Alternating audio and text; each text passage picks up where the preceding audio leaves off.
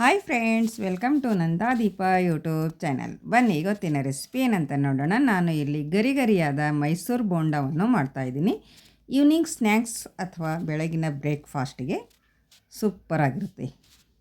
ಮೊದಲಿಗೆ ನಾನು ಒಂದು ಪಾತ್ರೆಯನ್ನು ತಗೊಂಡು ಅದಕ್ಕೆ ಒಂದು ಬಟ್ಟಲು ಮೊಸರನ್ನು ತೊಗೋತಾ ಇದ್ದೀನಿ. ನೋಡಿ, ಗಟ್ಟಿ ಮೊಸರಾದರೂ ನಡೆಯುತ್ತೆ, ಲೂಸ್ ಮೊಸರನ್ನಾದರೂ ನಡೆಯುತ್ತೆ. ಅದಕ್ಕೆ ಒಂದು ಸ್ವಲ್ಪ ಉಪ್ಪನ್ನು ಸೇರಿಸ್ಕೊಂಡು ನಾನು ಇವಾಗ ಇದನ್ನು ಚೆನ್ನಾಗಿ ಮಿಕ್ಸ್ ಮಾಡ್ತಾಯಿದ್ದೀನಿ. ನೋಡಿ, ರುಚಿಗೆ ತಕ್ಕಷ್ಟು ಉಪ್ಪನ್ನು ಹಾಕ್ಕೊಳ್ಳಿ. ನೋಡಿ, ಮತ್ತೆ ನಾನು ಯಾವ ಬಟ್ಟಲಿಂದ ಮೊಸರನ್ನು ತೊಗೊಂಡಿದ್ದೀನೋ ಅದೇ ಬಟ್ಟಲಿಂದ ನಾನಿಲ್ಲಿ ಮೈದಾ ಹಿಟ್ಟನ್ನು ತೊಗೋತಾ ಇದ್ದೀನಿ. ನೋಡಿ, ಇಲ್ಲಿ 2 ಬಟ್ಟಲು ಮೈದಾ ಹಿಟ್ಟನ್ನು ಹಾಕ್ಕೊಳ್ತಾ ಇದ್ದೀನಿ. ನೋಡಿ ಫ್ರೆಂಡ್ಸ್, ಮತ್ತೆ ಒಂದು ಸ್ವಲ್ಪ ನಾನು ಇಲ್ಲಿ ನೀರನ್ನು ಹಾಕ್ಕೊಂಡು ಇವಾಗ ಒಂದು ವಿಸ್ಕರ್ ಸಹಾಯದಿಂದ ನಾನು ಇದನ್ನು ಚೆನ್ನಾಗಿ ಮಿಕ್ಸ್ ಮಾಡ್ಕೊತಾ ಇದ್ದೀನಿ. ನೋಡಿ, ಸ್ವಲ್ಪ ಗಟ್ಟಿ ಅನಿಸಿದರೆ ನೀವು ಇನ್ನೂ ಸ್ವಲ್ಪ ಕೂಡ ನೀರು ಹಾಕ್ಕೊಳ್ಬೋದು. ಇದನ್ನು ನಾವು ನಾಳೆ ಬೆಳಗ್ಗೆ ನಾಷ್ಟ ಮಾಡಬೇಕಾದ್ರೆ ರಾತ್ರಿಯೇ ನೆನೆಸಿ ಇಟ್ಕೊಳ್ಬೇಕಾಗುತ್ತೆ. ನೀವು ಸಾಯಂಕಾಲ ಮಾಡೋದಾದರೆ ಬೆಳಗ್ಗೆ ನೆನೆಸಿ ಇಟ್ಕೊಳ್ಬೇಕಾಗುತ್ತೆ. ಇದು ಒಂದು 6ರಿಂದ 8 ಗಂಟೆಗಳ ಕಾಲ ನಾವು ಇದನ್ನು ನೆನೆಸ್ಕೊಳ್ಬೇಕಾಗುತ್ತೆ. ಅದಕ್ಕೋಸ್ಕರ ನಾನು ಇಲ್ಲಿ ರಾತ್ರಿಯೇ ನೆನೆಸಿ ಇಟ್ಕೊತಾ ಇದ್ದೀನಿ. ನೋಡಿ, ಈ ಥರ ಚೆನ್ನಾಗಿ ಮಿಕ್ಸ್ ಮಾಡಿದ ಮೇಲೆ ನಾವು ಇವಾಗ ಇದನ್ನು ಒಂದು ಡಕ್ಕನವನ್ನು ಮುಚ್ಚಿ ಇಡೀ ರಾತ್ರಿ ನೆನೆಸುವುದಕ್ಕೆ ಬಿಟ್ಬಿಡೋಣ. ನೋಡಿ ಫ್ರೆಂಡ್ಸ್, ಮತ್ತು ನಾನು ಇಲ್ಲಿ ಮಾರ್ನಿಂಗ್ ತೆಗಿತಾ ಇದ್ದೀನಿ. ನೋಡಿ, ಇವಾಗ ಬೆಳಗ್ಗೆ ಆಗಿದೆ, ಇವಾಗ ತೆಗಿತಾ ಇದ್ದೀನಿ. ನೋಡಿ ಯಾವ ಥರ ನೆಂದಿದೆ ಅಂತ ನೀವೇ ನೋಡ್ಬೋದು. ತುಂಬ ಚೆನ್ನಾಗಿ ಹಿಟ್ಟು ಮತ್ತು ಮೊಸರು ಚೆನ್ನಾಗಿ ನೆಂದಿದೆ. ಇವಾಗ ಇದಕ್ಕೆ ಒಂದು ಸ್ವಲ್ಪ ಜೀರಿಗೆಯನ್ನು ಹಾಕೋತಾ ಇದ್ದೀನಿ. 1 ಸ್ಪೂನಷ್ಟು ಜೀರಿಗೆ ಹಾಕ್ಕೊಳ್ಳಿ ಮತ್ತು 1 ಈರುಳ್ಳಿಯನ್ನು ಸಣ್ಣ ಸಣ್ಣದಾಗಿ ಕಟ್ ಮಾಡಿಕೊಂಡು ಹಾಕೋತಾ ಇದ್ದೀನಿ. ಮತ್ತು ಒಂದು ಸ್ವಲ್ಪ ಹಸಿಮೆಣಸಿನ್ಕಾಯಿ ಕೂಡ ಸಣ್ಣ ಸಣ್ಣದಾಗಿ ಕಟ್ ಮಾಡ್ಕೊಂಡು ಹಾಕ್ಕೊಂಡಿದ್ದೀನಿ. ಮತ್ತು ಒಂದು ಸ್ವಲ್ಪ ಕೊತ್ತಂಬರಿ ಸೊಪ್ಪನ್ನು ಕೂಡ ಹಾಕೋತಾ ಇದ್ದೀನಿ. ಮತ್ತು ಒಂದು ಸ್ವಲ್ಪ ಅಡುಗೆ ಸೋಡಾ ಹಾಕೋತಾ ಇದ್ದೀನಿ. ನೋಡಿ, ಇದನ್ನೆಲ್ಲ ಹಾಕಿದ ಮೇಲೆ ವಿಸ್ಕರ್ ಸಹಾಯದಿಂದ ನಾವು ಇದನ್ನು ಚೆನ್ನಾಗಿ ಮಿಕ್ಸ್ ಮಾಡ್ಕೊಳ್ಳೋಣ. ನೋಡಿ ಫ್ರೆಂಡ್ಸ್, ಎಲ್ಲ ಚೆನ್ನಾಗಿ ಮಿಕ್ಸ್ ಮಾಡ್ಕೊಳ್ಳಿ ಒಂದು ಸರಿ. ಇದು ನಾವು ಮಿಕ್ಸ್ ಮಾಡಿದ ಮೇಲೆ ಮತ್ತೆ ನಾನು ಒಂದು ಸ್ವಲ್ಪ ಇಲ್ಲಿ ಅಡುಗೆ ಎಣ್ಣೆಯನ್ನು ಹಾಕೋತಾ ಇದ್ದೀನಿ. ಅಡುಗೆ ಎಣ್ಣೆ ಹಾಕೋದ್ರಿಂದ ತುಂಬ ಚೆನ್ನಾಗಿ ಕ್ರಿಸ್ಪಿಯಾಗಿ ಬರ್ತವೆ. ಅದಕ್ಕೋಸ್ಕರ ನಾನು 1 ಸ್ಪೂನಷ್ಟು ಅಡುಗೆ ಸೋಡಾನ ಹಾಕ್ಕೊಂಡಿದ್ದೀನಿ. ಹಾಕಿದ ಮೇಲೆ ಚೆನ್ನಾಗಿ ಮಿಕ್ಸ್ ಮಾಡ್ಕೊಳ್ಬೇಕು. ಅದಾದಮೇಲೆ ನಾನು ಒಂದು ಅರ್ಧ ಗಂಟೆ ನೆನೆಯೋದಕ್ಕೆ ಬಿಟ್ಬಿಡ್ತಾ ಇದ್ದೀನಿ. ನಿಮ್ಮ ಹತ್ರ ಸಮಯ ಇದ್ದರೆ 1 ಗಂಟೆ ಕೂಡ ನೆನೆಸ್ಕೊಳ್ಬೋದು. ಅರ್ಧ ಗಂಟೆ ನೆಂದ್ರೂ ಸಾಕಾಗುತ್ತೆ.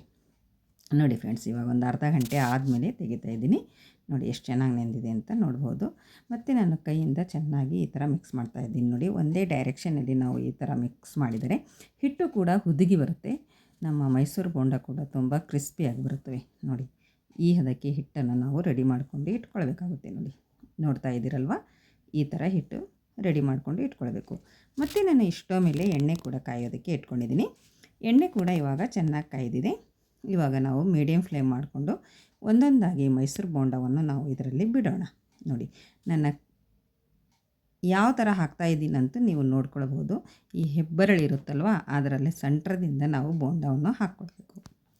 ನೋಡಿ ಫ್ರೆಂಡ್ಸ್, ಈ ಥರ ಹಾಕ್ತಾಯಿದ್ದೀನಿ. ನೋಡಿ, ಒಂದೊಂದಾಗಿ ಹಾಕಿ ಒಂದು ಸ್ವಲ್ಪ ಸ್ವಲ್ಪ ಹೊತ್ತು ಬಿಟ್ಟು ಹಾಕ್ಕೊಳ್ಳಿ. ಒಂದಕ್ಕೊಂದು ಅಂಟ್ಕೊಳ್ಳೋದಿಲ್ಲ. ನೋಡಿ, ಮೇಲೆ ಯಾವ ಥರ ತೇಲ್ತಾ ಇದೆ ಅಂತ ನೀವೇ ನೋಡ್ಬೋದು.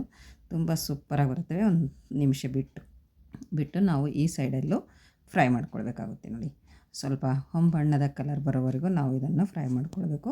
ಒಂದು 2ರಿಂದ 3 ನಿಮಿಷ ಟೈಮ್ ತಗೊಳುತ್ತೆ. ತುಂಬ ಸೂಪರಾಗಿರುತ್ತವೆ.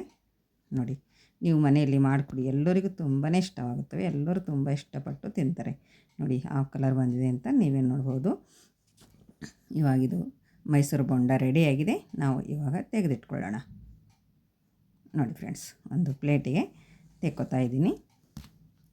ನೀವು ಒಂದು ಸರ್ತಿ ಮಾಡಿಕೊಡಿ, ಮನೆಯಲ್ಲಿ ಎಲ್ಲರೂ ಇಷ್ಟಪಟ್ಟು ತಿಂತಾರೆ. ಮತ್ತು ನನ್ನ ವಿಡಿಯೋ ಇಷ್ಟ ಆದರೆ ಒಂದು ಲೈಕ್ ಮಾಡಿ ಮತ್ತು ನಿಮ್ಮ ಫ್ಯಾಮಿಲಿ ಫ್ರೆಂಡ್ಸಿಗೂ ಹೆಚ್ಚೆಚ್ಚು ಶೇರ್ ಮಾಡಿ ಫ್ರೆಂಡ್ಸ್. ಮತ್ತು ನಾನು ಇಲ್ಲಿ ಇನ್ನೊಂದು ಬ್ಯಾಚ್ ಕೂಡ ಹಾಕೋತಾ ಇದ್ದೀನಿ. ಅದೇ ಥರ ನಾನು ಹೆಬ್ಬರಳಿನ ಸೆಂಟ್ರದಲ್ಲಿಂದ ಹಿಟ್ಟನ್ನು ಹಾಕೋತಾ ಇದ್ದೀನಿ. ನೋಡಿ ಯಾವ ಥರ ಅಂತ ನೀವೇ ನೋಡ್ಬೋದು. ಈ ಥರ ಈ ಮೈಸೂರು ಬೋಂಡ ಹಾಕ್ಕೊಂಡ್ರೆ ತುಂಬ ಚೆನ್ನಾಗಿ ಬರುತ್ತವೆ. ನೋಡಿ ಫ್ರೆಂಡ್ಸ್, ಯಾವ ಥರ ತೇಲ್ ಬರ್ತಾ ಇದೆ ನೋಡಿ ಮೇಲ್ಗಡೆ ಹಾಕಿದ ಮೇಲೆ. ನೀವು ಫಸ್ಟ್ ಟೈಮ್ ಮಾಡ್ತಾಯಿದ್ದೀರಾ ಅಂದ್ರೂ ಕೂಡ ಹೆದರಬೇಡಿ, ಆರಾಮವಾಗಿ ಮಾಡ್ಬೋದು. ಮೇಲಿಂದ ತುಂಬಾ ಕ್ರಿಸ್ಪಿಯಾಗಿರುತ್ತವೆ, ಒಳಗಿಂದ ತುಂಬಾ ಸಾಫ್ಟಾಗಿ ಇರುತ್ತವೆ. ತುಂಬ ಸೂಪರಾಗಿ ಬರ್ತವೆ ಈ ಮೈಸೂರು ಬೋಂಡ. ಇದ್ರ ಜೊತೆ ನೀವು ಕಾಯಿ ಚಟ್ನಿ ಆದರೂ ಮಾಡ್ಕೊಳ್ಳಿ, ಟೊಮೊಟೊ ಚಟ್ನಿ ಆದರೂ ಮಾಡ್ಕೊಳ್ಳಿ, ಯಾವ ಚಟ್ನಿ ಕೂಡ ನೀವು ಮಾಡ್ಕೊಳ್ಬಹುದು. ನೋಡಿ, ಈ ಬ್ಯಾಚ್ ಕೂಡ ರೆಡಿ ಇತ್ತು. ಇದನ್ನು ತೆಕ್ಕೋತಾ ಇದ್ದೀನಿ. ಇಲ್ಲಿ ನಾನು ಕಾಯಿ ಚಟ್ನಿ ಮಾಡ್ಕೊಂಡಿದ್ದೀನಿ. ನೋಡಿ, ಇವಾಗ ಒಂದು ಪ್ಲೇಟಿಗೆ ಹಾಕೋತಾ ಇದ್ದೀನಿ. ನೋಡಿ ಎಷ್ಟು ಚೆನ್ನಾಗಿ ಬಂದಿದೆ ಅಂತ ನೋಡ್ಬೋದು. ಸೂಪರಾಗಿ ಕಾಣಿಸ್ತಾ ಇದೆ ನೋಡಿ. ನೋಡಿ ಫ್ರೆಂಡ್ಸ್, ನನ್ನ ಚಾನಲನ್ನು ಯಾರು ಸಬ್ಸ್ಕ್ರೈಬ್ ಮಾಡಿಕೊಂಡಿಲ್ಲ ಅವರು ಸಬ್ಸ್ಕ್ರೈಬ್ ಮಾಡಿಕೊಳ್ಳಿ. ಮತ್ತು ಇಲ್ಲಿ ನಾನು ಒಂದನ್ನು ಮುರಿದು ತೋರಿಸ್ತೀನಿ ಯಾವ ಥರ ಬಂದಿದೆ ಅಂತ. ಮೇಲಿಂದ ತುಂಬಾ ಕ್ರಿಸ್ಪಿಯಾಗಿದೆ, ಒಳಗಿಂದ ತುಂಬಾ ಸಾಫ್ಟಾಗಿ ಬಂದಿದೆ. ನೋಡಬಹುದು ನೀವು, ನೋಡಿ ಎಷ್ಟು ಚೆನ್ನಾಗಿ ಬಂದಿದೆ ಅಂತ. ಇವಾಗ ಚಟ್ನಿ ಜೊತೆ ತಿನ್ನಬಹುದು, ತುಂಬ ಸೂಪರಾಗಿರುತ್ತದೆ. ಮತ್ತು ಸಿಗೋಣ ಮುಂದಿನ ವಿಡಿಯೋದಲ್ಲಿ ಹೊಸ ರೆಸಿಪಿಯೊಂದಿಗೆ, ಈಸಿ ರೆಸಿಪಿಯೊಂದಿಗೆ. ಅಲ್ಲಿವರೆಗೂ ಓಕೆ, ಬಾಯ್ ಬಾಯ್ ಫ್ರೆಂಡ್ಸ್.